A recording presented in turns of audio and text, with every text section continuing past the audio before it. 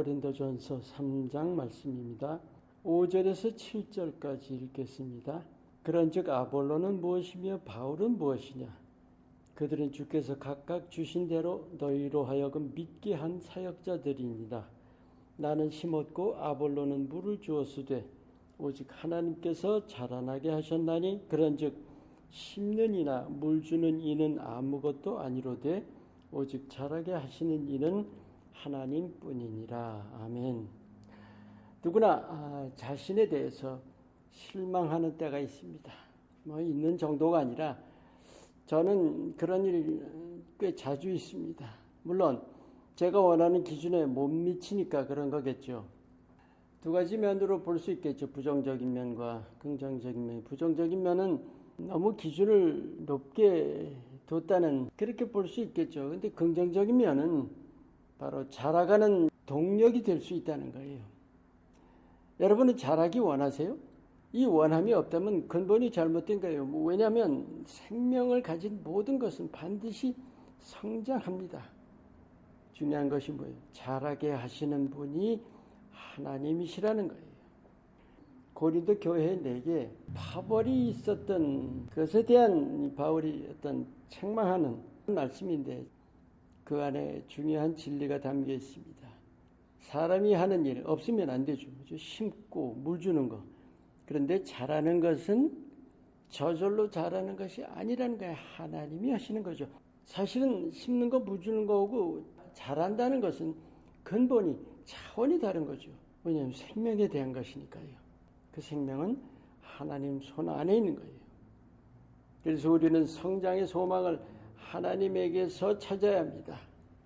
성장은 새로워진다는 거예요. 새로워진다는 그 소망을 우리는 하나님 안에서 찾고 바로 그 소망을 바라보고 나가야 하는 겁니다. 오늘 본문에 하나님이 자라게 하신다 하셨을 때는 그보다 전에 반드시 자란다는 뜻이 포함되어 있다고 볼 수 있죠. 그런데 그게 지식만으로 되는 것이 아니에요. 믿음이 동원되어야 합니다. 반드시 자란다는 믿음. 그 주체가 바로 하나님이시라는 거죠. 하나님의 자녀라면 반드시 믿어야 합니다. 하나님이 자라게 하신다는 거예요. 그런데 거기에 굉장히 중요한 요소, 자유의지라는 거 있어요. 하나님이 자라게 하시는데도 내가 가로막을 수 있다는 얘기 아니에요. 가로막는다는 것보다 자라게 하심에 내가 적극적으로 이렇게 반응을 해야 된다는 거, 동조해야 되는 거예요. 여러분 두 가지 꼭 마음에 두시기 바라요. 하나는 성령의 인도하심에 민감하게 깨어 있어야 한다는 거예요. 하나님이 우리를 자라게 하실 때 성령께서 나를 인도해 주시는 거예요. 그래서 우리는 아주 세미한 음성에도 깨어 있어야 한다는 거죠. 그리고 어린아이같이 순종하라는 거예요. 우리가 깨어 있을 때 주님께서 분명히 길을 보여주신다면 정말 어린아이같이 순종해야 돼요. 왜? 우리 생각, 우리 판단 그것을 개입시키기가 굉장히 쉬워요. 어린아이 같은 마음으로 주님의 인도하심을 받아야 돼요.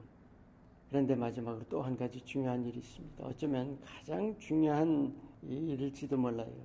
지금의 내 모습을 벗어버리는 거예요. 여러분 지금의 내 모습을 벗어버리는 만큼 자란다는 거 꼭 기억하세요. 성경에서는 그것을 옛사람이라고 표현을 하죠.